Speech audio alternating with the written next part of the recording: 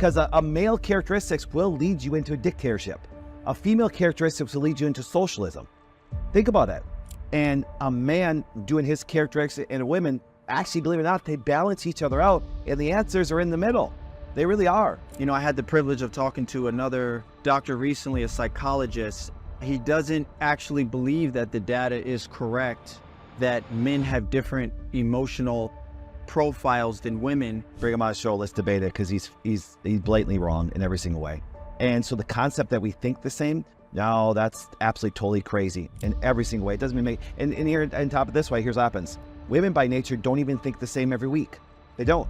Their biology changes every week. That there are differences when it comes to emotions or mental health or emotional states or neuroticism, in which it affects not only your behavior, but it also affects your way of thinking, your way of seeing the world, and your way of reacting. I agree with you 100%.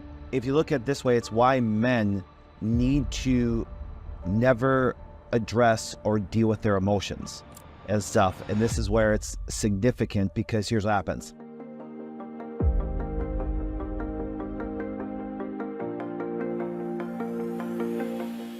All right, welcome to another episode of Verbal Artwork with Mr. Rembrandt. And of course, I'm Mr. Rembrandt, and I have an excellent guest today.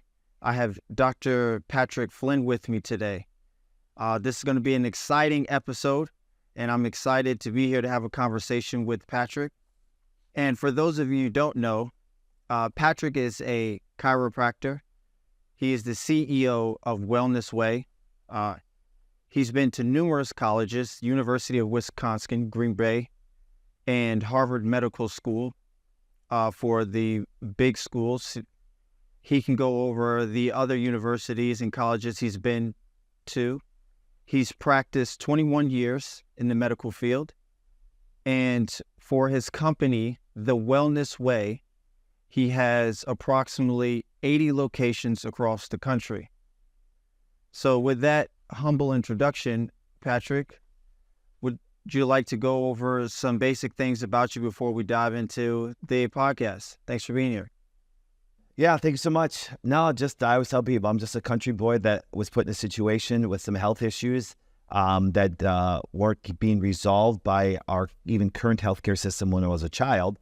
And even though they kind of do a little bit more extensive, we'll probably get into that a little bit. But and I just came up with some ideas that just have been able to help a lot of people. And next thing you know, doctors of all kinds started coming to me and saying, listen, I think your ideas are applicable to the people of today.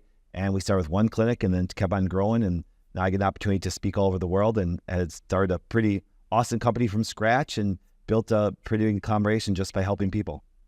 Yeah, that sounds excellent. So I do want to go into the Wellness Way just a little bit more. When I had a chance to speak to your assistant, for example, she was very excited about being a part of your company and talking about the humble beginnings that you had. So if you could go into that a little bit more. I understand that your first location, the Wellness Way, was an empty warehouse of some sort. Yeah. And if you want to go into that a little bit more for the people who've had humble beginnings, who started from nothing and built on top of that. Yeah. So what happened when I was a kid, I was diagnosed as a juvenile delinquent. They would have probably said Asperger's or some autism diagnosis as I was young.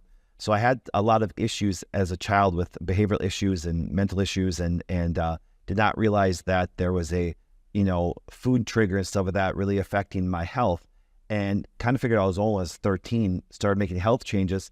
And because the medical field failed us, they wanted to put me in counseling. Counselor said I was going to be in prison if I didn't get behavioral changes that were going on. A lot of people didn't know that my mind was racing 100 miles an hour, that my skin always felt like it was crawling. So I delved into the field of nutrition and immunology and biology and stuff, and what I wanted to go for my undergraduate for. And I didn't like the medical field, so I said, okay, listen, I would just continue to go in more of a natural realm. So I went to chiropractic school, which actually taught me some really cool things too and stuff. And then my postgraduate has been, once again, I've taken classes from, colleges all over the U.S., including Harvard Medical School, got some certificates there, got some certificates in other background in immunology and vaccination, all things like this, that we started to just continue to build upon my education, and allowed me to put together, a unique way of practicing And so then what happened is I started out and I came out of school. I remember I grew up in North Green Bay, about in a small town of 900 people. And actually we lived in the country.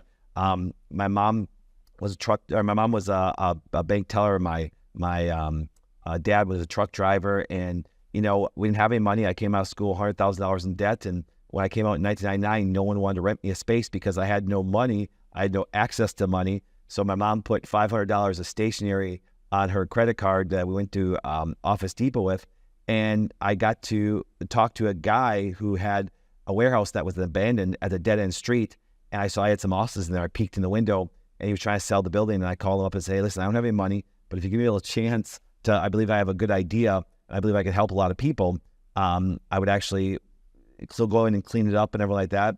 And he said yes. I was surprised to this day. I still know the man today.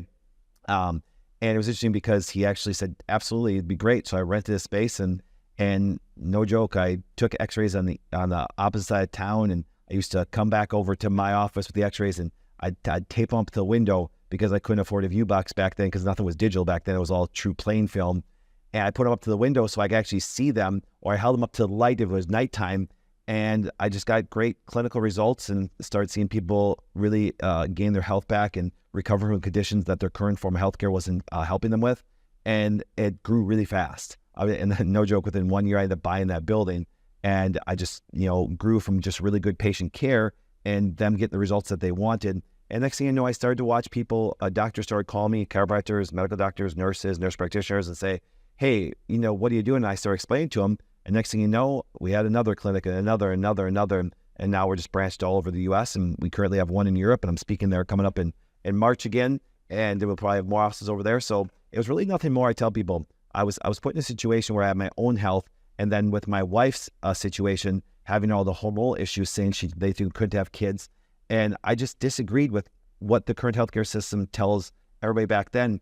I even disagree even more of what they're doing today.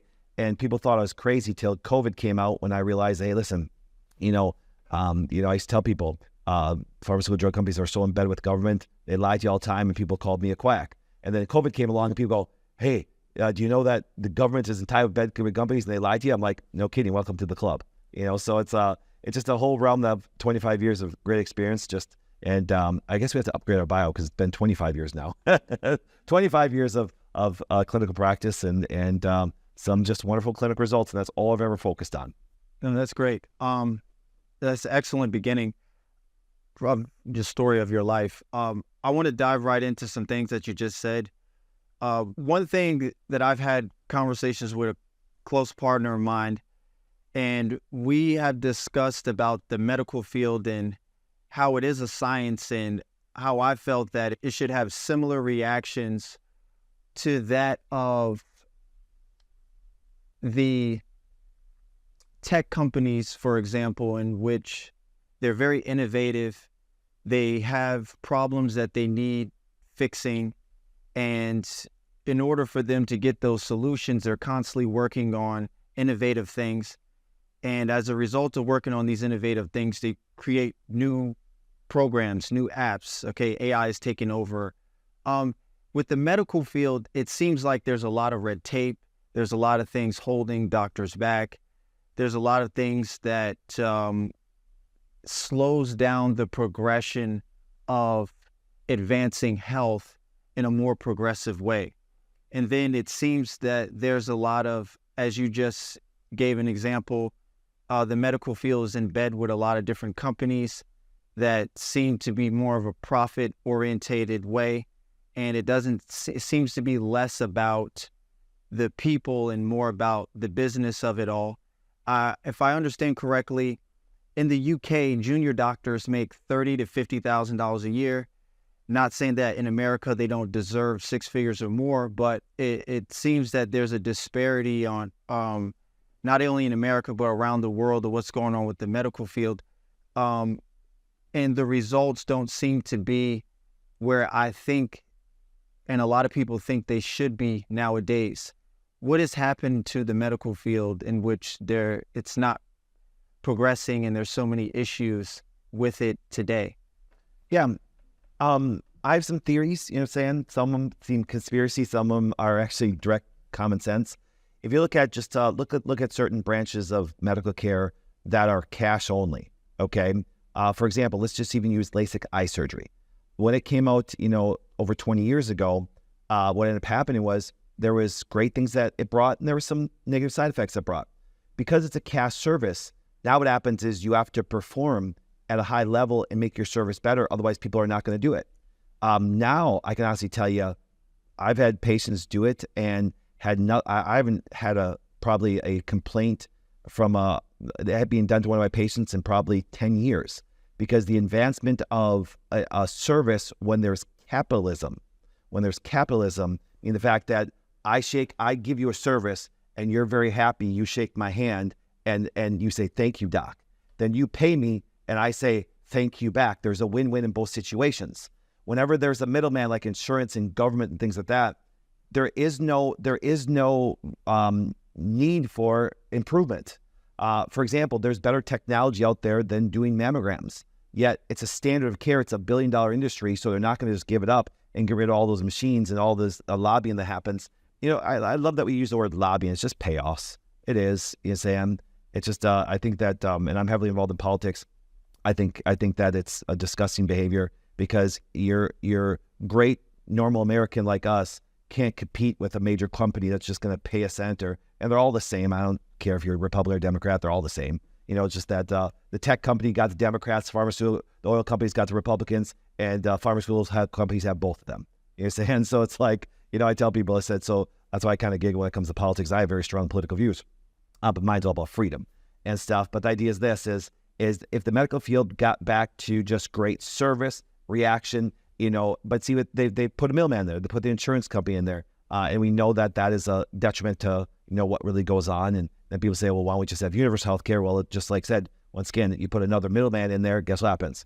But you can't create such large payouts when you have that kind of system. So that's why I'll always be fought against. And I don't ever see it changing here in the United States, because there's too much money involved in that way.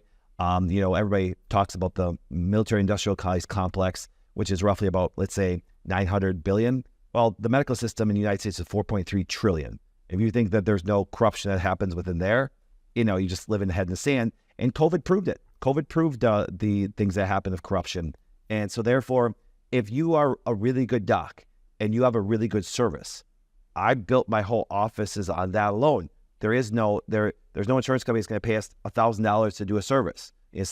So we just offer good cash service that allows people to pay for their stuff, makes it affordable enough for people to do it that way. But on the flip side, it's also more responsibility, because when the person's paying for it, they take more action based on it that way, and they get the results. So I think we have to go back to a little bit of, I mean, honestly, which will never happen. We have to just get rid of insurance, get rid of government, get rid of Medicare, get rid of all things that, and if you're really good at your craft, people are going to hire you and pay you. Yeah, so that's a controversial take, but it's not a take that I don't necessarily disagree with. Yeah, I think the medical field, along with universities, are highly subsidized by third parties as far as the expenses that are paid. And the universities have... It's not even a secret. Yeah, it's not even a secret. Yeah, and universities seem to have also their problems, as well as following rubrics and not exactly being the place of learning and open-minded thought for young people. It seems that it's going down the route of indoctrinating young people, and that's a whole nother topic. But moving forward, I wanted to talk some about the impact of hormones specifically that play a different role, both from a health standpoint and a behavioral standpoint, when it comes to how men have testosterone and their differences, and women are majority estrogen dominant, and how that has effect on their health in comparison to men. So what specifically, as a general question, men have more testosterone than women. How does that overall give men a certain profile compared to women who are mostly estrogen dominant? How does that give them a profile that's different from a health standpoint? Yeah, well, always remember this. There are physical and mental consequences of hormones. And because by nature, a hormone's called a messenger. And always think of it this way. there's a physical response and there's an emotional response to all these things. For example, if you look at testosterone for men, testosterone, we know there's physical changes. We see energy levels, we see muscle volume, we see sex drive, we see all these things that stem from just testosterone. And if you think about it this way, the dominant androgen hormone for men is testosterone. We have estrogens, we have progesterone, we all the same hormones, we just don't have the same amounts, okay? And so therefore, with testosterone now, there's also mental changes. And this is where today, I think where my stuff became so popular, even though I haven't said anything different in 25 years, because our culture is so changed that we're trying to make men into women, and it's against their biology. Because when men have normal testosterone, they're aggressive, they're laser focused, they're competitive. Testosterone tells their brain to go get it, okay? And that's why if you've noticed, if testosterone gets elevated or you take synthetic testosterone, there can be a negative massive aggression that does happen if it gets too elevated. That's why if you look at the history of Lupron, they used to give to pedophiles that had high testosterone and they were committing sex crimes. See, so there's physical and mental things that do happen with hormones. Yet today, if a guy has normal testosterone, he's competitive, he's laser focused, he's aggressive, he goes after what he wants, he has a great sex drive. The culture, the woke culture now starts to call that toxic masculinity. And it's, you know why? Because women by nature, and I was literally watching this last night. I can always watch a commercial and I can always watch a church service, a podcast, and understand if a woman wrote it or a man wrote it. Do you say because by nature, women, by estrogens, once again, there's mental and physical things that happen to them. Physical things, their breast tissue changes. They have curves, pubic hair changes, voice changes. And what happens is this, and because women during cyclic years, it goes up and down, that's why they see a change in their breast tissue and their legs and their fat in their face and stuff like that. That's supposed to happen. Women actually dramatically change through the month. They actually changed. I predicted it. And I measured all the levels when I was young and said, listen, women really change 4 times in a month. Now, once again, that means there's behavioral things. Remember, there's mental and physical thing that happens. That what happens is this. Now they go through all the emotional things that do happen, and it changes weekly. That's why when women actually say, Doc, I feel like I'm mentally unstable, I said, yes, it's called being a cyclic woman. Because you're going to go up and down. You're supposed to. Your biology does that to you. It doesn't do that to men. And then if you look at estrogens kind of make a woman more connective and more inclusive. And that's why I sit there and go, if I see a political policy, I said, yep, that's dictated by trying to appeal to women. You say, yep, church service, that's speaking to women. Yep, it's speaking to this, they're not speaking to men. And our whole culture has moved away from speaking to real men. And the only place that men are allowed to be men is actually in sports. In sports. You know, no one wants a DEI in sports. Nobody wants inclusion in sports. Nobody wants minority equality in sports. You say, they want the best of the best. And even women want that. Do you say, Yes. But those are all male characteristics. And people always talk about the exceptions, not the rules. Yes, but guess what happens, ladies? You may have some characteristics, demeanors that could actually even fall within that, but your biology will never let you accomplish that because if you push as hard as a man, your actually biology will fail and you get sick. Yeah, I mean, it's a great point. Even Mark Cuban, who on Twitter has famously and recently talked about DEI, and he's had some pretty woke comments as some people would explain, but even he doesn't want DEI for his athletes and his players. And as of last night, they're going into the NBA Finals. And he has the best player in Luka. Do you understand? He has the best player. Yes. So why doesn't he just look at the other players not as good as Luka and give them equal opportunity, equal pay, equal outcome? He would never do that. You're going to keep your champion on the floor as long as you possibly can. And on top of it, if I was the coach of the Dallas Mavericks, I'd be very scared of Mark Cuban's content because if you look at a team, who is the first one that's fired if the team does not do well? Is it the players or is it the coach? It's coach. See, so this concept of supporting that kind of concept makes no sense, and biologically makes no sense that way. So what we do is this: the human body is a great way to look at the world. See, that's the thing. I come from the micro and show it to the macro. You're saying, going, this is by nature how men and women are internally, and if you mess with that, it messes up their human body. That same thing has to be taken in society because you mess it up. We're seeing it right now, and that's why it's all messed up. Do you say? And it's really sad because, yeah, and that's why I say, well, when women can act like men, and if they continue to push physically like they do with men, here, watch this. If I were to interview all of these cyclic WNBA players, I can guarantee you that they do not have a normal circadian rhythm. I can guarantee their cycles are not normal because they are physically pushing their body, losing too much fat tissue, which they need to have curves that produce certain hormones that way. And I guarantee they're skipping, delaying their cycle. They're never normal. They have all these other things going on. And they've even studied female athletes. The female athletes are stronger during different times of their cycle because there are certain anabolics are higher than certain times of the other that way. So there's women that perform better one week and not the other week, even though nothing's changed besides their biology. Yeah, that's a great point. When it comes to, I believe that explaining the differences between men and women is actually what's important. And when we talk about protecting men, protecting women, I actually think that's how you do it. You don't try to put men and women on an equal pedestal because typically they're not. I will say that, and the data is transparent on this, that men and women are more alike than they are different in the sense that we're the same species. So on a bell curve, you can see along the middle of the bell curve that there are a lot of similarities, but that doesn't explain much. What really explains much is on the ends of the bell curves, in which it really starts to explain the differences. So when it comes to, for example, I had the privilege of talking to another doctor recently, a psychologist, and we were talking about the emotional differences between men and women.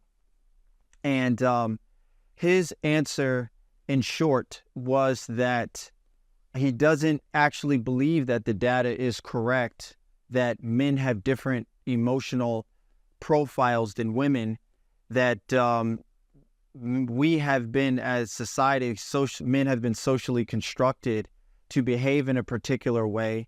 And that's why the results that we have as men is why we engage the way we engage. And really, we're very, very similar and more like women when it comes to our emotionality.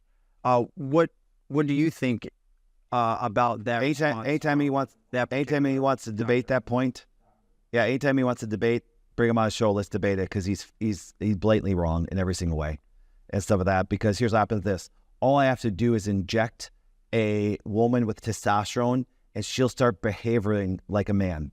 She'll start thinking like a man. And this has been studied so much. Actually, that's if you look, even by nature, who creates more violent crimes, men or women? And it's by nature of just even their biology that way. And so the concept that we think the same, no, that's absolutely totally crazy in every single way. It doesn't make, and here on top of this way, here's what happens. Women by nature don't even think the same every week. They don't. Their biology changes every week. Therefore, the way they look at the world, the way they see the world, the way they do it that way. That's why some women, watch this. Ask every woman, watch this thing right now. Ladies, do me a favor. When you get your period on day one, your hormones are the lowest they are. Tell me how motivated you are, how driven you are. Tell me actually even your sex drive. Tell me how much you want to exercise. Tell me it's dramatically different how you see the world. Then you get in your second week, and guess what happens? Your anabolic hormones, including your testosterone, start to go up. She'll even tell you she starts to have a sex drive. She starts to have all these things. And so this concept that women have the same and we think the same and it's cultural actually shows that guy knows absolutely zero about biology. Zero. Because here's what happens all I have to do is, Mr. Rembrandt, if I start injecting you with estrogens, just like they do, you will start taking on both the physical and mental aspects of females. Why do you think in my career I've dealt with so much on the transgender realm? Because I've seen it dramatically. These people say transgender people are making up. No, they're not. No, they're not at all. You know what, Doc, you're defending them? Yes, I am. I've sat across from them. I've seen their hormone levels. I've seen those things that way. And I literally sat across from a 17-year-old girl, thought she was a boy. And no joke, respect her, call her by her boy name, everything like that. But her hormones were abnormally high in testosterone. Well, of course she's going to take on mental and physical characteristics like a man. Totally understand that. So this concept that we're alike, we are so different. And telling us we're alike is just, that's social programming, is telling people we're alike. That's trying to fit in and because once again, we become a female-dominated society on inclusion. And guess what happens we're gonna see the downfall of the U.S. by that kind of concept that well. Remember, here, if you think this way, look at any culture. What makes medical service better? giving everybody a fair shot are actually the best doctors out there. You saying? Everything does better when you have the best. Everything does better. And that's why if you ever look at any, profession, the vast majority of them are dominant males. Do you know why? Let me show you a characteristic that females do not have that men do. Mr. Rembrandt, I guarantee that when you're in the zone, as you call it, you forget about everything that exists in the world except for what you're focused on, because men can laser focus. Women by nature, their brain doesn't allow them to disconnect. That's why they're connected to everything, and that's why they are great multitaskers. That's why a woman in the middle of passionate sex can look at you and pause and say, did you take out the garbage? Yeah. You know what I'm saying? And I know it's a funny example. See, well, every woman laughs at that because they've been there. They're in the middle of sex and they think, did you take out the garbage? Did you do this? A guy doesn't do that. And it's because men have the ability, because of testosterone, to be laser focused, aggressive. That's why when men leave the house, they can forget they even have a family. So this concept that we're the same, it's biologically, that's all just opinionated, as there's no validity to that within biology whatsoever. And all I ask a person to do is look at the cyclic realm of a woman and see her hormones and see how there's estrogen receptors on the brain. There's testosterone receptors on the brain. And as those levels fluctuate, she's going to change and she's going to see the world differently. If you don't believe me, look at the people that have hormonal problems, even women that have low estrogen and progesterone after having a baby. They can even disconnect from their child in postpartum depression and have zero emotion to them. What's wrong? Hormones, how they see the world. Do you see what I'm saying? And if a guy has low testosterone, which we know is happening like crazy, you know what I'm saying? We notice it's going like crazy. That's why I don't see the strong, aggressive men that we saw today. And once again, and we used to have a culture like that. Now we're just moving into just a feminized culture, and why we're going to see a downfall of actually the U.S. based on that. So why do you think there are medical professionals and just people in general who have this perspective in which everything should be seen through that lens, more gynocentric, or men and women are the same, men and women are similar, even if we know that as of yesterday, as people will say, we know that there's been drastic differences between men and women. What is the goal? What is the benefit in saying that we're all the same, we're all alike? Remember, it makes people not feel bad. And people need to feel bad. It does. People need to feel bad. You suck as a parent, you suck as a parent. You suck as an individual, you suck as an individual. I mean, it's really happens this. You can't tell a person they suck anymore. And so we actually think of this way. Look at California did with the grades for, they've lowered them. So we just became, we don't hold anybody to a high standard anymore. And I tell people right now, I tell young men and young women, I said, today is the greatest time in history to ever be great, because everybody's so mediocre and we accept mediocre. They said the only place we do not accept mediocre is in sports. Think about that. That's the only place we actually can talk like this. Man, how's our team to be? Man, we drafted the best, Packers drafted the best people. We're going to be a great team this way. But why isn't that correlated into business and in families and things like that? You know, why don't we look at dads that don't pay their child support? And well, we kind of attack men about this a lot, but the idea is that, you know, why don't we look at women and say, you suck as a mom, you're horrible as a mom, you this. We have no problem saying it's a crappy dad, but see, it's like you can't criticize the feminine aspect that way because they're not acting feminine. You saying? It's just like we want to make sure that everybody feels good about themselves. And I'll tell you right now, I mean, we call it the Lizzo principle. You know, it's like, you're fat, okay? You're fat. You actually got metabolic syndrome. If you get women to look like you're going to have more healthcare costs, more problems, more things this, and why can't you say, Lizzo, you're fat? That's it. Not being disrespectful, but you're fat, okay? Don't tell young ladies to look like you, because they're going to have a lot of healthcare costs, they're going to have a lot of problems, and try to shift culture to say it's okay. We just allow people to just be mediocre today. And it's gonna lead to, we see it lead a lot of problems right now. I mean, I laughed the other day when I looked at California's grading scale. You would have to basically just not show up to pass. And I was like, wow. And those people are gonna try to be good workers. And what I said, and I blame the parents. Man, I would never let my kids, you know, act like that and not hold themselves to a high standard that way. And people say, well, it's stressful. Life's hard. If to be great, it's hard. To be crappy, it's hard. You pick your hard. You say, I'll pick my heart of, you know, working out my gym tonight. I'll pick up my heart of working hard. I'll pick my heart of being a great dad. I'll pick my heart of being a great husband. I'll pick my heart of doing those things that way, compared to actually, you know, people think life is easy. Life is not easy. Concept that we need to push. Now, once again, That's more of a male aggressive aspect that way. But guess what happens? We need the motherly aspect of more nurturing and stuff like that. But the idea is we've kind of moved that to way to where it's like, like I say, I will never trust a guy that's surrounded by females speaking into her life. Never trust a guy with that, ever. Because if all he has is females speaking into his life, even by nature. I remember when I got beat, in the state championship in my senior year by a guy I should have beaten, okay? And I walked off the court, and my mom was telling me, oh, honey, everything's okay. And because I was very talented, I didn't push as hard as I should have. I didn't. My coach would push me. I'd push back on him that way and everything like that.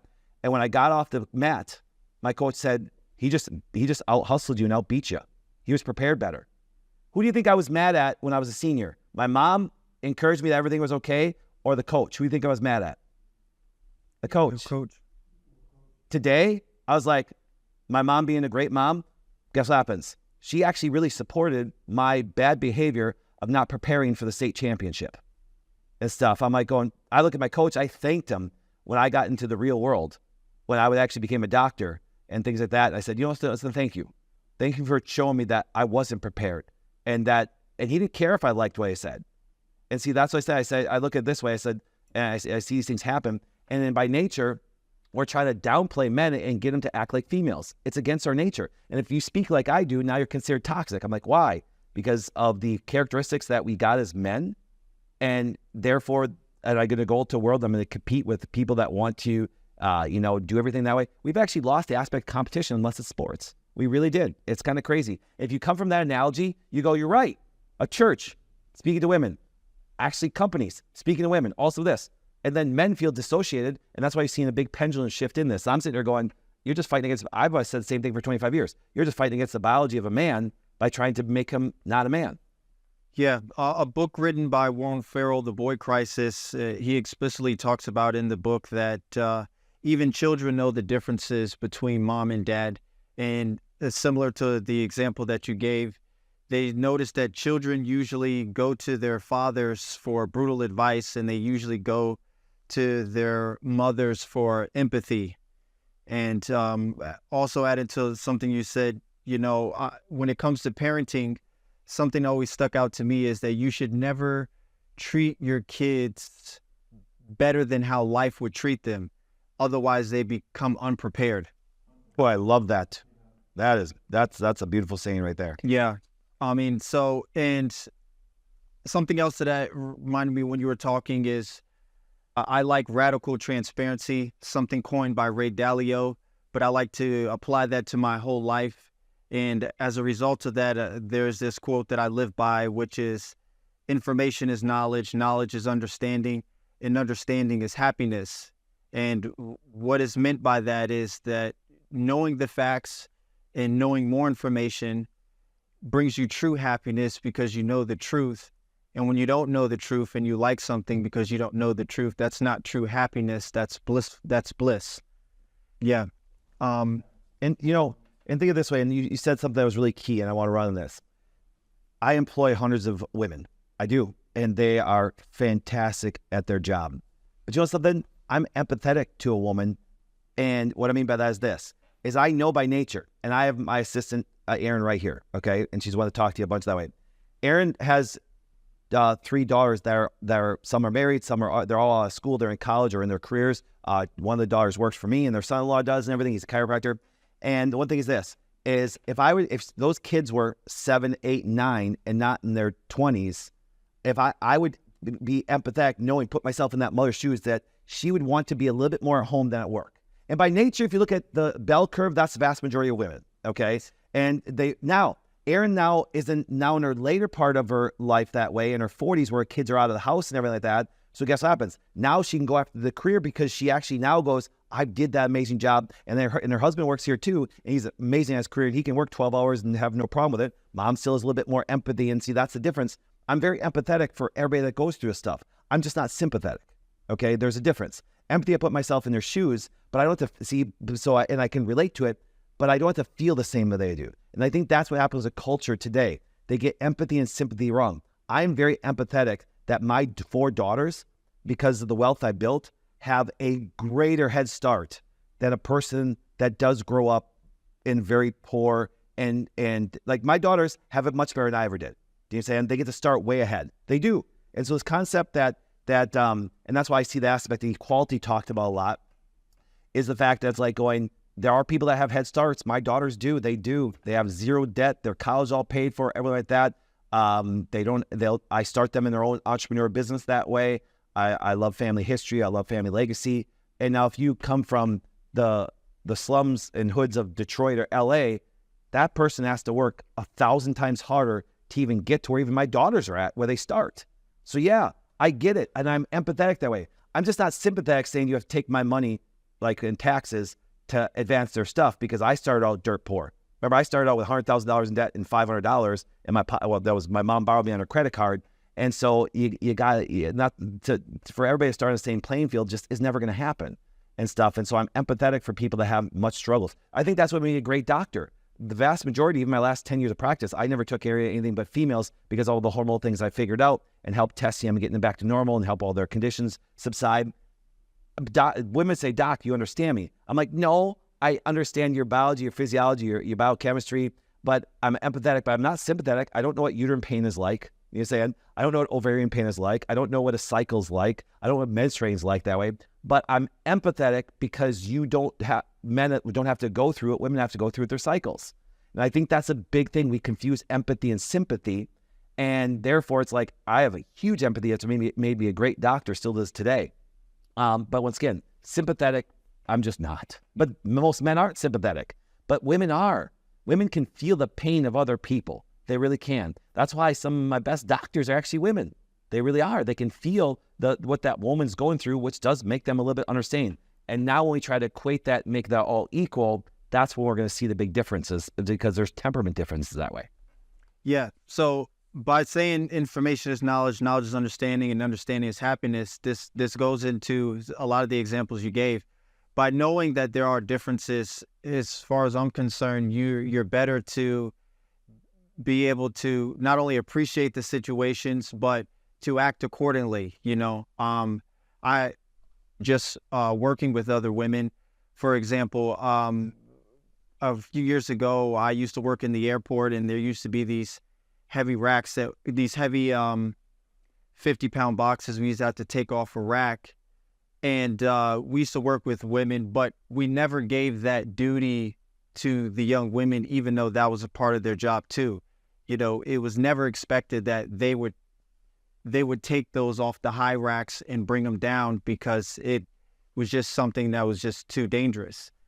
Also on top of that, when Clubhouse was a big popular thing a couple years ago, there were a lot of different types of people you talk on there, but specifically some were feminists, and they were making a lot of arguments about equality in relationship and inequity in a relationship.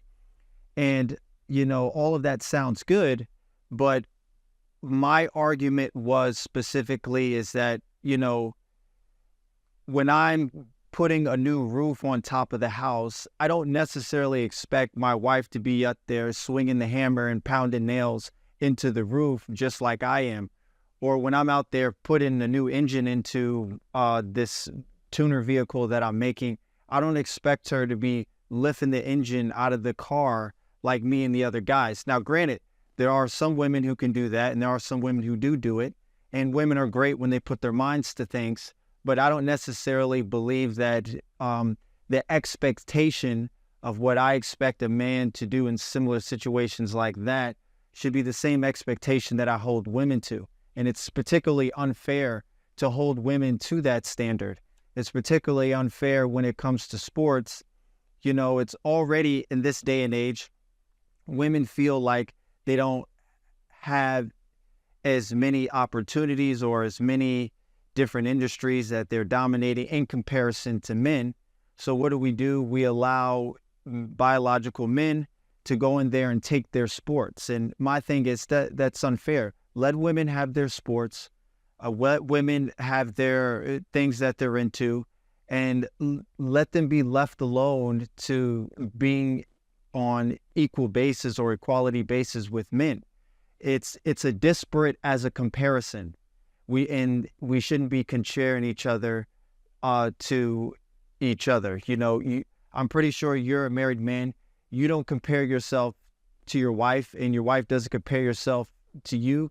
You exist, and you have your husband duties, and your wife has her wife duties, and you embrace that. And that's what makes the relationship happy. But some people will never understand that because they're trying to keep score, and everything should be, as they say, quote unquote, 50-50. Yeah, and see what happens when people do.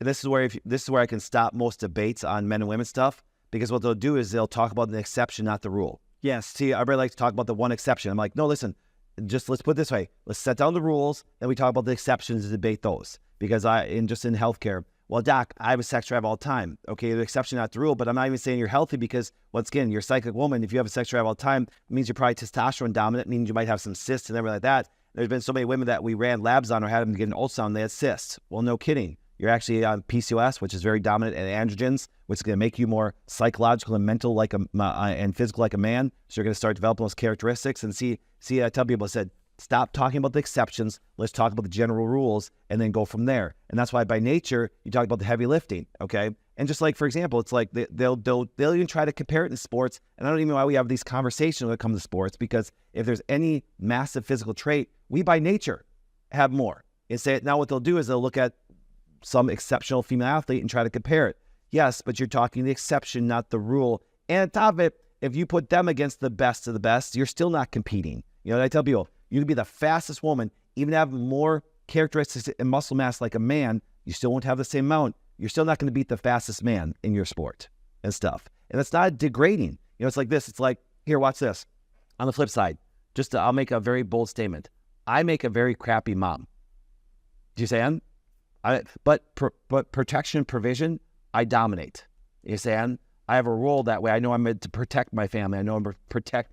And on top of it, I always tell people this. This is probably a clip that's going to go viral. I'm concerned of having cyclic women in politics. Okay?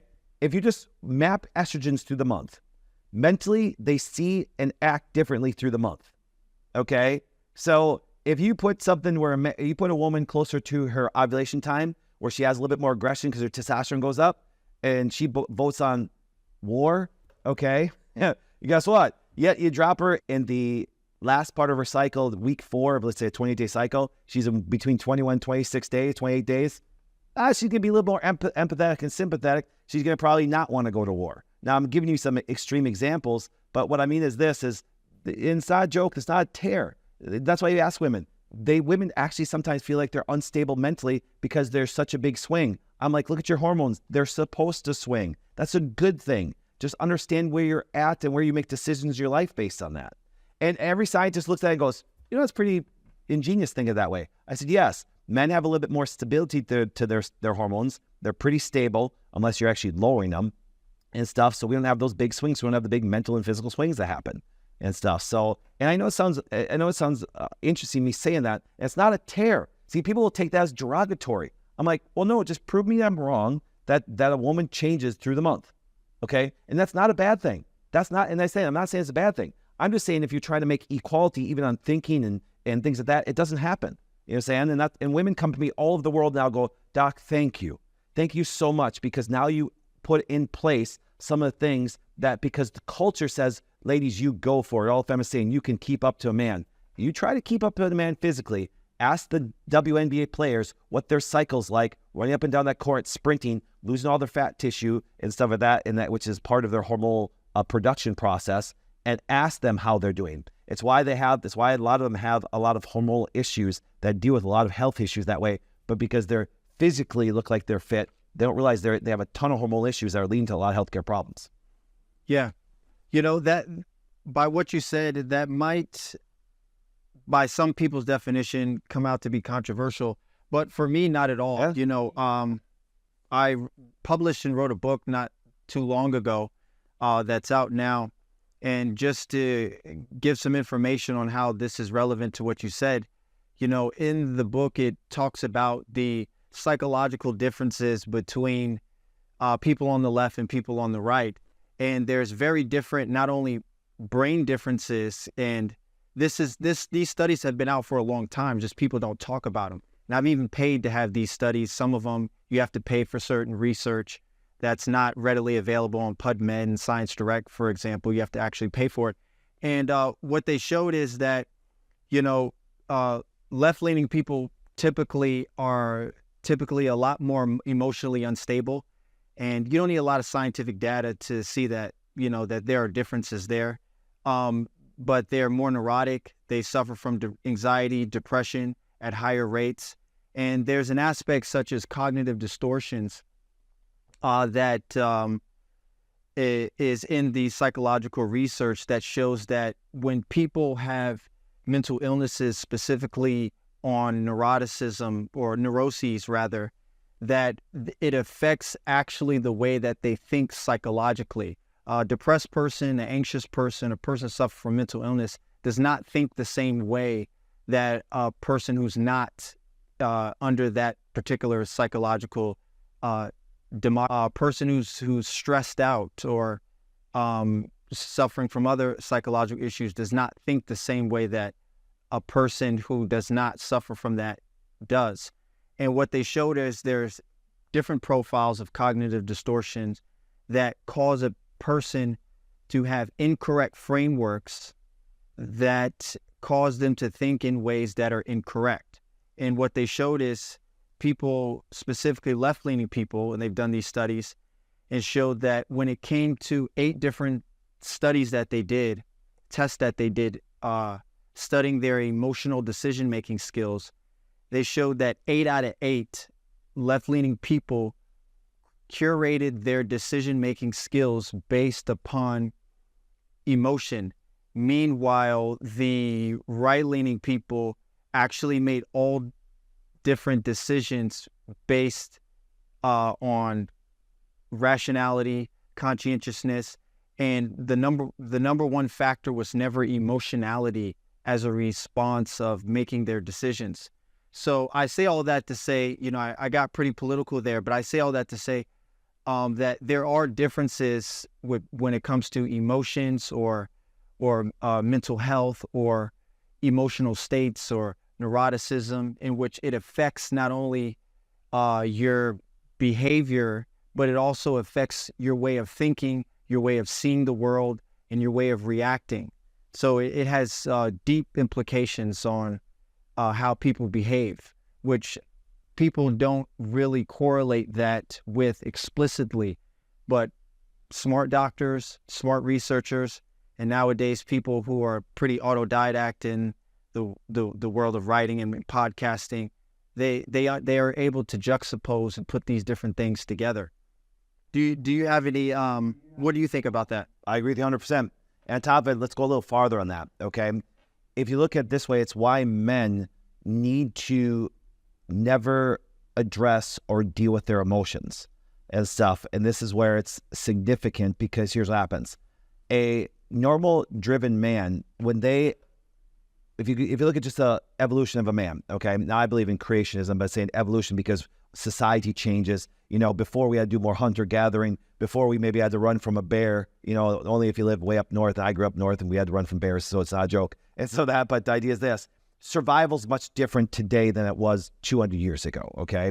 Just even how you survive out in the wilderness, everything like that. We have cities and everything, but the idea is this: but by nature, when men confront a problem, testosterone elevates. Well, that's why you see a lot of aggression and anger come out with men, just by nature. It's our nature that way. That's why. If you ever talk to a man, I'll say, "How often do you get upset per day?" Like, all day long. Exactly. And that's why a man can never act on his emotions, because there's going to be swings in it based on when he's challenged. It's like this: if you ever look at, that's why you see hockey when they have fights. Do you understand? Even the women love it. Like, hit him, get him. Do you understand? Because they're seeing a strong provisional man protect his team, okay? Now, on the flip side, women, once again, by nature, are more, protective, nurturing, things like that. And so, therefore, they're going to actually approach it differently. See, and because they never realize that their emotions go up and down, they need to be, more in tune to their emotions. They really do, because there's going to be different things that happen to them that change through the month. A guy, because when a woman actually has presented with a problem, they're actually going to be a little bit more empathetic and sympathetic than a man will be. Men will move more towards rage and anger. Is why we commit most of the atrocious crimes out there. Yes. You say, and see, therefore, that's why when I watch, and that's why I can tell it's women talking this way, when they say, oh, tell a little boy to, get in touch with his feelings. No, because ladies, I'm sorry, I'm going to say this right out, and I'm a happily married man of 23 years. We see a hot girl, guys, listen, we recognize the hot girl no matter how happily married you are. Do you say, It's by nature. See, you, Ms. Rembrandt, you shook your head too. You can be happily married, like, hey, she's a hottie. Oh, she got a nice body. Hey, this. And, well, it's toxic masculinity. Yeah, and they call it locker room talk. No, it's called being a male. It's called being a male. Do you understand? And now you act like that. It's like it's a nightmare. It's like, no, but ladies, think of it this way. From a sex drive standpoint, ladies, if your husband is a normal testosterone-filled man and you bend over in front of him, he gives you a little smack on the hinder. You understand? And actually, it probably happened to half you women that watched it already this morning, okay?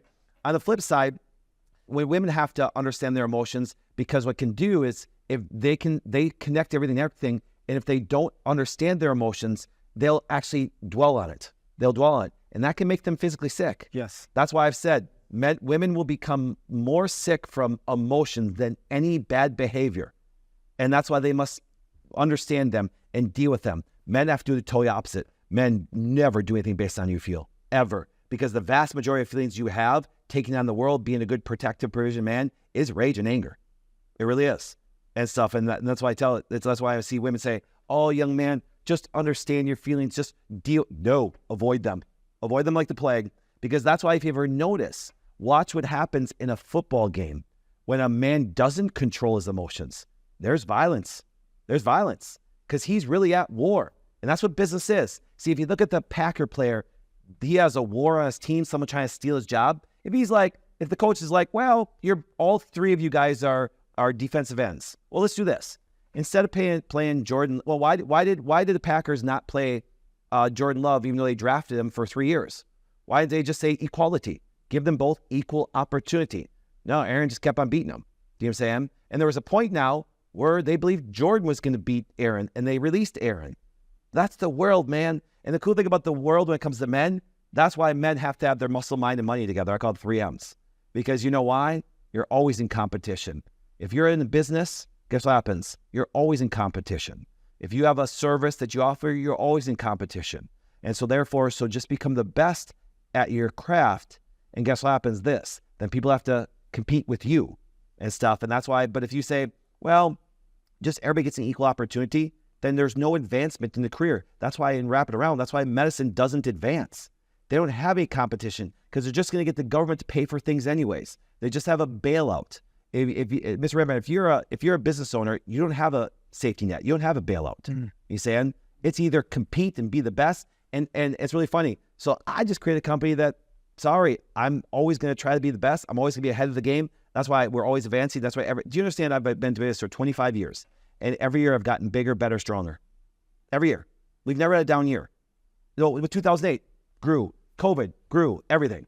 You saying because I take those male characteristics of competition, laser focus, aggressiveness, and the behavior and push it forward. Now, once again, there's some men and women that can't handle that, but then they'll weed themselves out. And that's what we need to do as society. But see, now what happens in society, instead of praising greatness, the only way they praise greatness, here, watch this, they just had the roast of who? Tom Brady.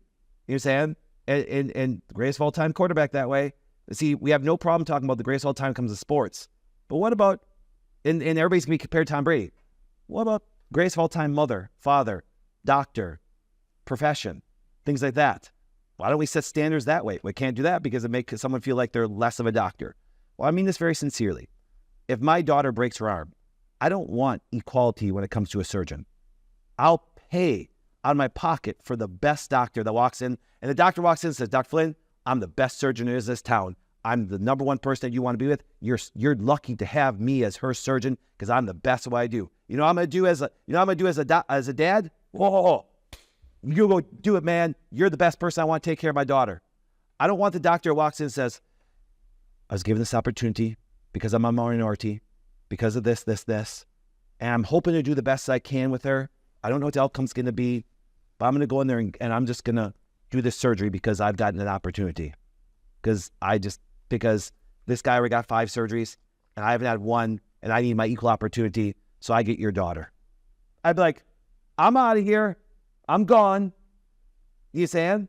But you see, if you put it in the sports realm, everybody loves it. You put it in a daily realm of every aspect of life, they try to take mediocre, take okay, take losing as it's okay, until you need that person. Then you want the best of the best in any profession. Yeah, I mean, well said. I've said that many times. Like I said, me and my business partner, we have different conversations. I've always said that, somebody who's a doctor going back into the medical field, spinning back that way a little bit, to go so long into mastering a craft, such as becoming a doctor, and then to spend a lot of your time, and I don't want to simplify or underestimate what doctors do, but then to read a chart and look at the blood work of an individual and say, well, I know you're having sharp pains in your heart, but according to this testing that we've done, you seem to be fine. Because that's, there's no one size fits all rubric for a person. And, we use different measurements to come up with specific results that can point us in the right direction. But the doctor who's okay with saying that, and not even just the doctor, the person who's okay in business saying, we tried everything we could, but it's not our fault.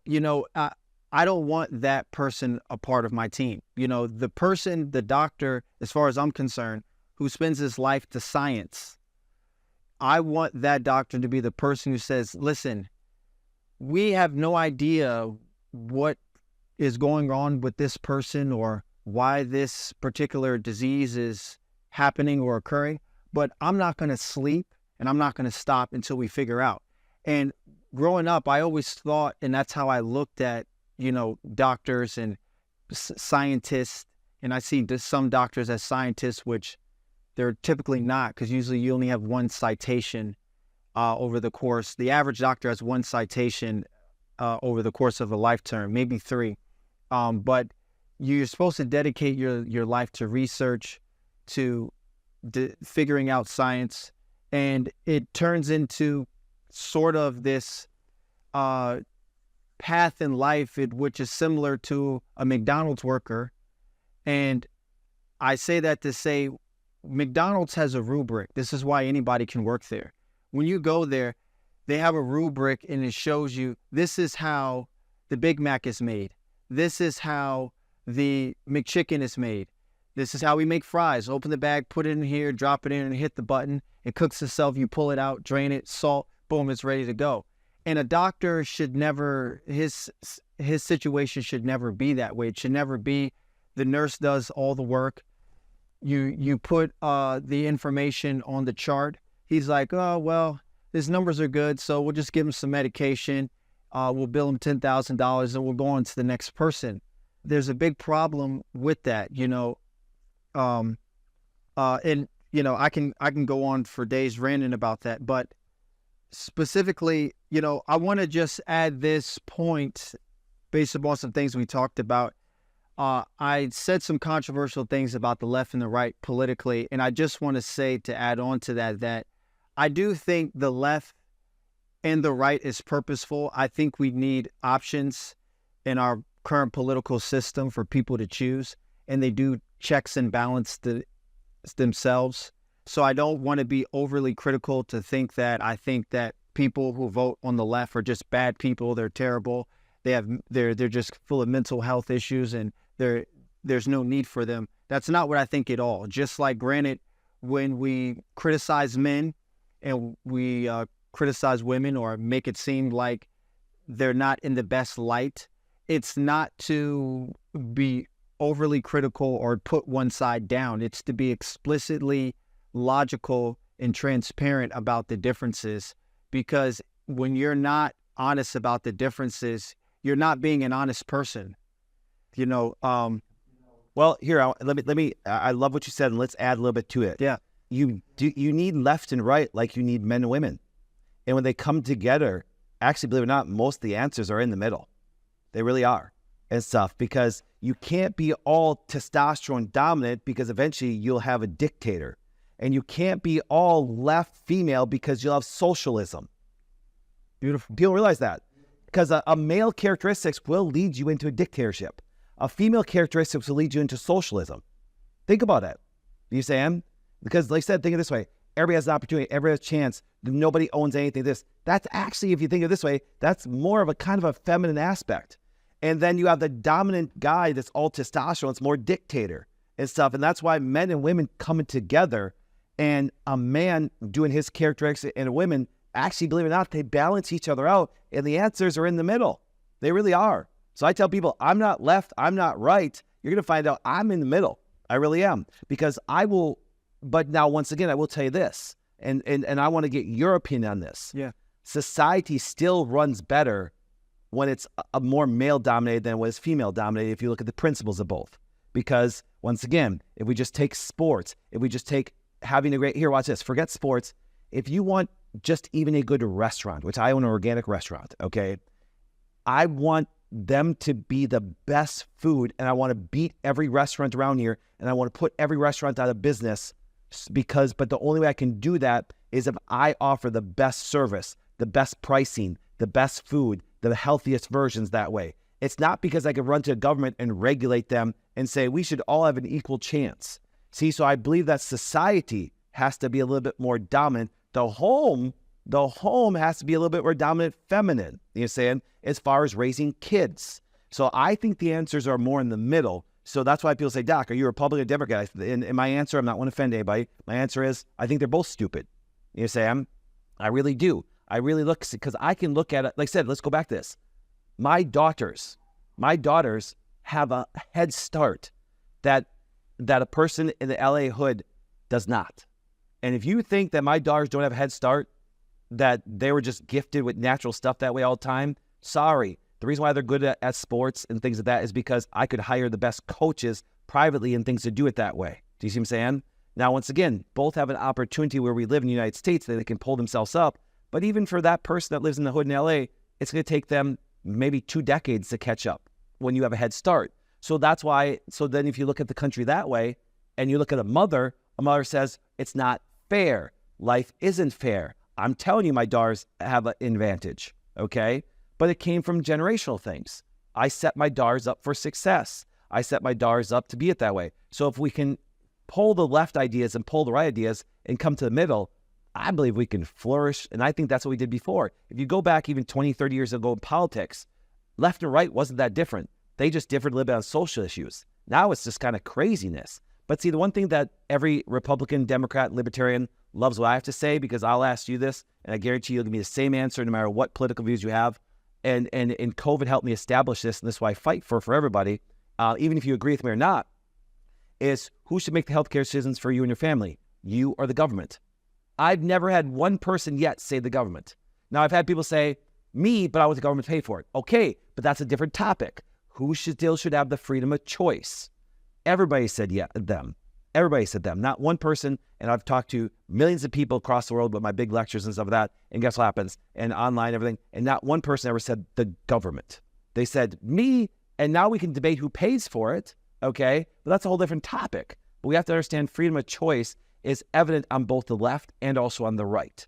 Now, we did see over the last 3 years, the left tried to take away people's choice. They've actually took on a little bit more force, do you see what I'm saying? And that's what also showed how our healthcare system is not controlled by good doctors. They're not. I know a lot of good doctors that caved and because they knew they'd lose their job and livelihood. But they're actually good doctors if they had the chance to do their own work. But you can see it was controlled by a bureaucracy, not by the demand of what the patient needed or wanted. If the vaccine was so good, I always tell people, if you have a drug or a vaccine or thing that's so good, guess what happens? It'll speak for itself. People will run to do it. Yes. You have to face it. See, that's where competition comes in. That's where competition comes in. You have a good product. Like I said, I tell people, go back to LASIK eye surgery.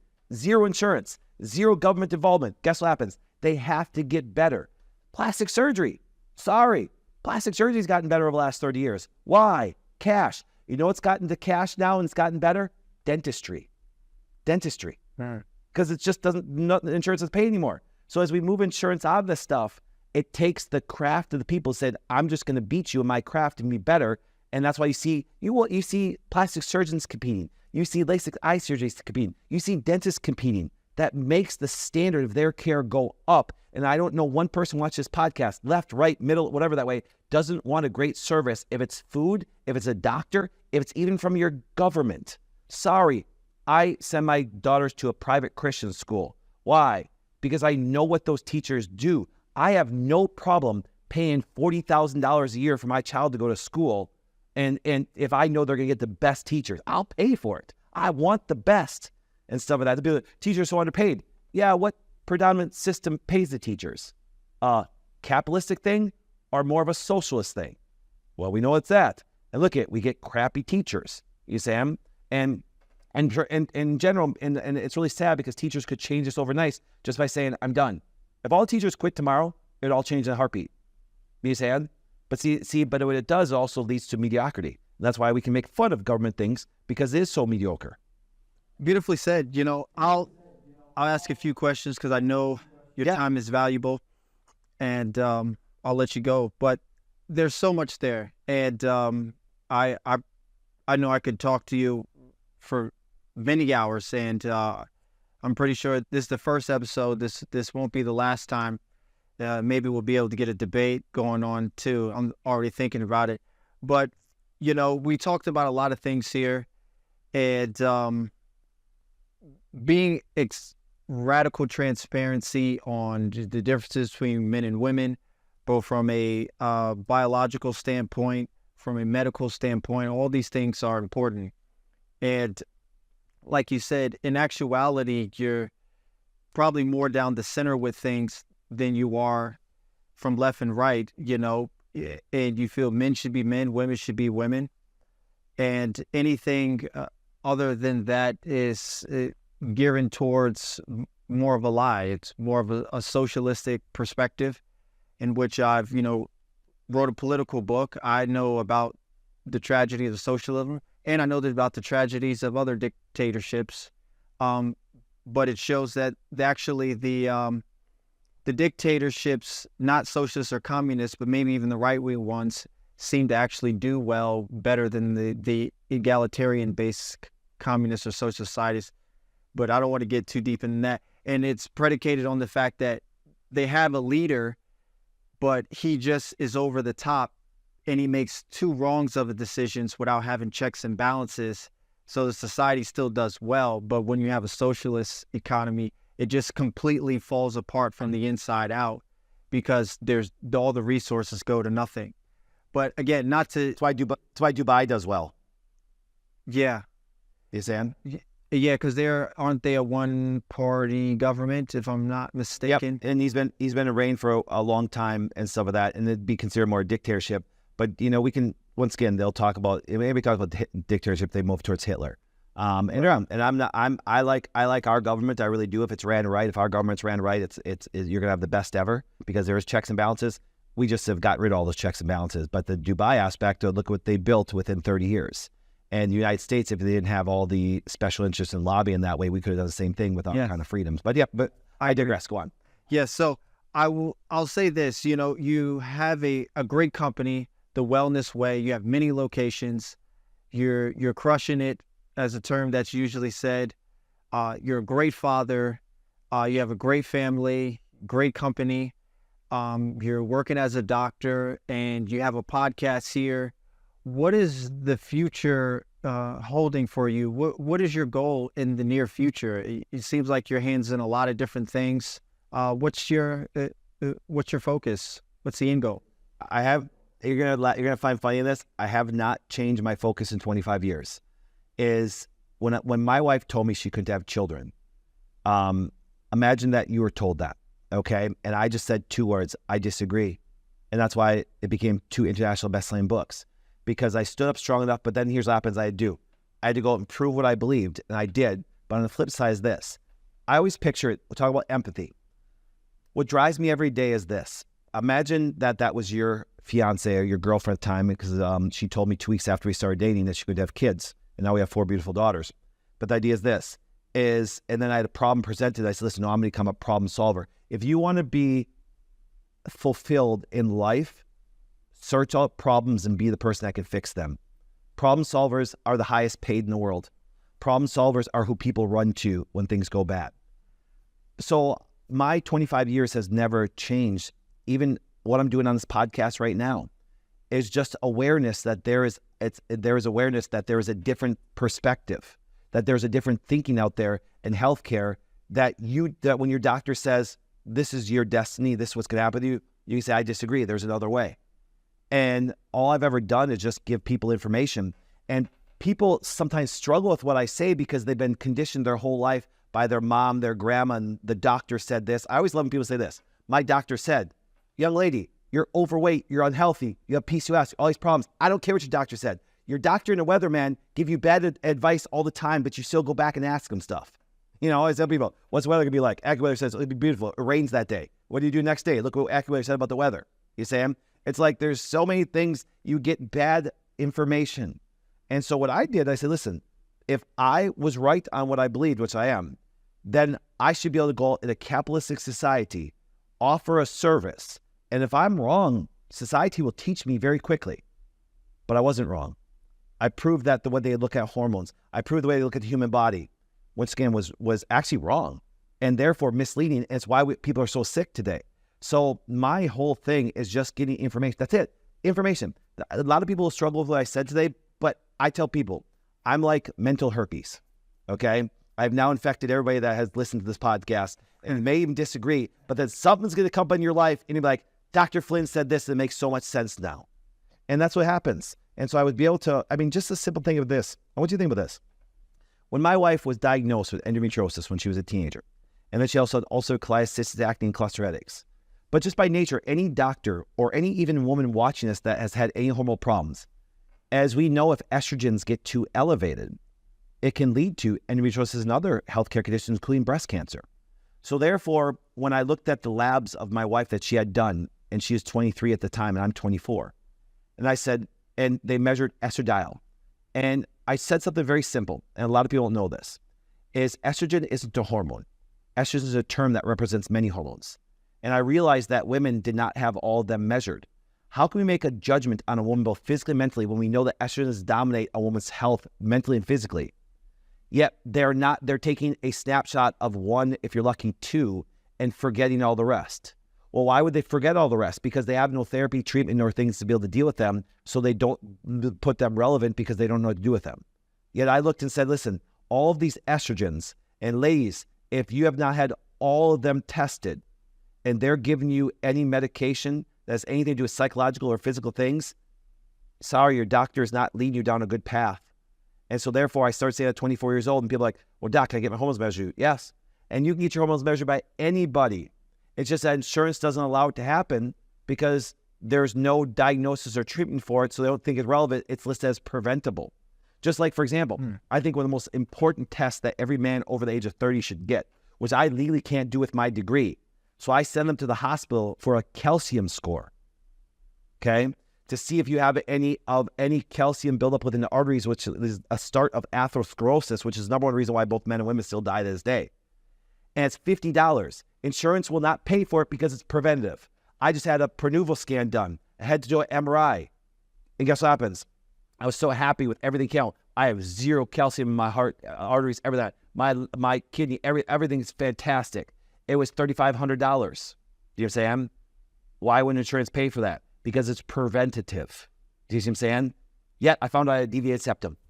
Do you see what I'm saying? Which I never would have known, you know? But here's the point of this way, is that's when you start doing those things, you start moving that direction, you now, once again, will get a better form of healthcare. You'll be able to communicate and get information out there. So my objective, people say, Doc, are you trying to open another 50 clinics?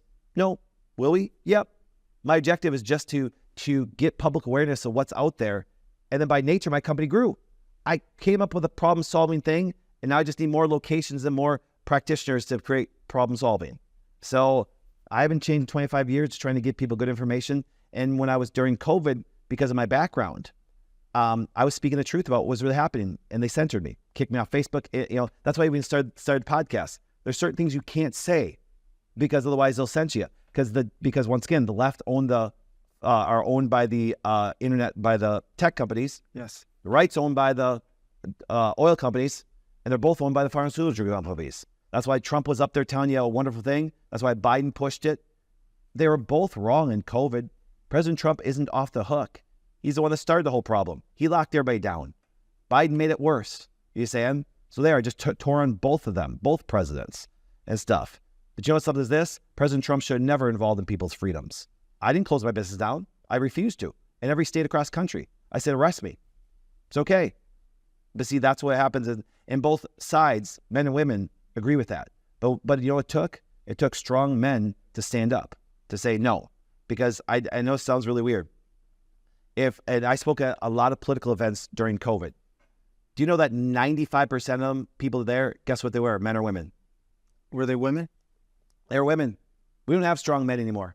You know what's really funny? Let's say that all of a sudden, and this is going to be, we might as well say something that's going to tick a lot of people off. So here we go. Let's do it. Let's say right now that you have a studio and you launched this podcast, and there was just a ton of people now that were picking outside or protesting outside of your studio. If there was 30 women out there, and you would have a lot less fear than if there's 30 men standing out there. You say, I'm sorry, you would. Because ladies, I am so happy that I fought with you the whole time. But you don't bring the fear that if 30 strong men were out there. Great point. You don't. And what happened to our men during COVID? They were worried about the Packer game, worried about some sport thing, which means nothing to anybody's life. And I was there fighting for freedom, hiring lawyers, making sure that people's freedoms weren't taken away, because I don't care if you're Republican, Democrat, Libertarian. I don't care if you're right, left, middle, that way. Nobody should impede on your freedoms of choice, period, on anything. And that's where I stand when it comes to politically. Does the future look bright? The greatest opportunity for anybody that wants to take on the characteristics that lead to success. Work on men, work on your mind, muscle, and money, and stuff like that. And guess what happens? Develop your character, be a great man, be a strong man, be able to go out and dominate the world, but then come home and roll around on the floor with your little girls like I do every single day. Treat your wife incredible. Love her up like a queen. Be protective and provision. Women, if you want to be in the work world, go dominate. You have to take on those male characteristics, but be careful, because I don't want you to get sick by pushing too hard. Go home, be feminine like crazy. I think right now that the pendulum will swing. It always does. I've been in politics for 30 years. It always does. And the fact that, remember when I started, Bush was president, then there was Obama, or Clinton was president, then there was Bush, then there was Obama, then there was Trump, and there was Biden. And I've had 25 years of success in a row. And because they don't control who you are every day, you do. So I think the success is, and the future's so bright, because there's more opportunity to be great than ever in history. Beautifully said. There's the right on politics, there's the left on politics. The best politics is, in your case, the Flynn politics, and in my case, the Rembrandt politics, for my family, my community. The future does look bright. It's the best time to ever be alive. Some people might disagree with things on this show, but my audience knows me. They'll probably agree more than disagree. But like I always say, you are learning when you're talking to somebody in which you disagree on things. You're not learning when you're always talking to somebody in which you agree with everything that they say. So if some people are disagreeing with what's being said, it's an opportunity to learn. So, Patrick Flynn, this has been a great episode. Amazing. You've had some great statements, some great things. The viewers are going to get a lot of valuable information from this. It seems like almost every statement that you give is some great closing thoughts, but if you have some closing thoughts explicitly, you can go ahead and do it now. Yeah. I live my business theory, but I think it's a theory that applies to my life and why I've succeeded, is you can never go wrong when you invest in the people. It doesn't mean that every investment turns out. You may have given your heart and soul to a guy that hurt you, but you don't give up on guys. You're saying, I've invested in so many people across the world, and the vast majority have turned out. You never, when you light a candle, it doesn't take away from the other candle. It just makes the room brighter. Now, it doesn't mean the candle's all you can be around you, but never give up on people. Always remember that. I don't care if you've been hurt by people. I don't care if you've been screwed over by people. I don't care this. If I could have never accomplished what I accomplished, and there's no individual that's so great that he doesn't need other people. People think I've done great things. I have to constantly remind people of all the wonderful team that I have around me that make me look organized, that make me look this. I know what my God-given gifts are. I stay with them. But so if there's one thing I can tell you, and that's why once again, you need man and woman. You need left and right. You need other people. If there's one thing I impress upon you, if you want to accomplish something great, from a family to a business to a friendship, you need other people. The Lone Ranger should be sued for misrepresenting, because even the Lone Ranger had Tonto. You have to be an 80s kid to remember that one, okay? And the idea is this. So, and here's what happens. And guess what happens, guys? Let me tell you this. People are not born great. They develop themselves to be great. And guess what happens? You may be the person that you could invest in somebody to pull out their God-given greatness that somebody never did. I believe God gave me an incredible ability to see the greatness in people, and I pull out of them and stuff like that. And that's why I believe I've succeeded in business and in life, because it took other people. Well said, Patrick. It was a great episode. And this is an episode of Verbal Art with Mr. Rembrandt. And like I always like to say, words paint pictures and conversation is art. Thank you so much for being on the episode, Patrick. Appreciate you having me.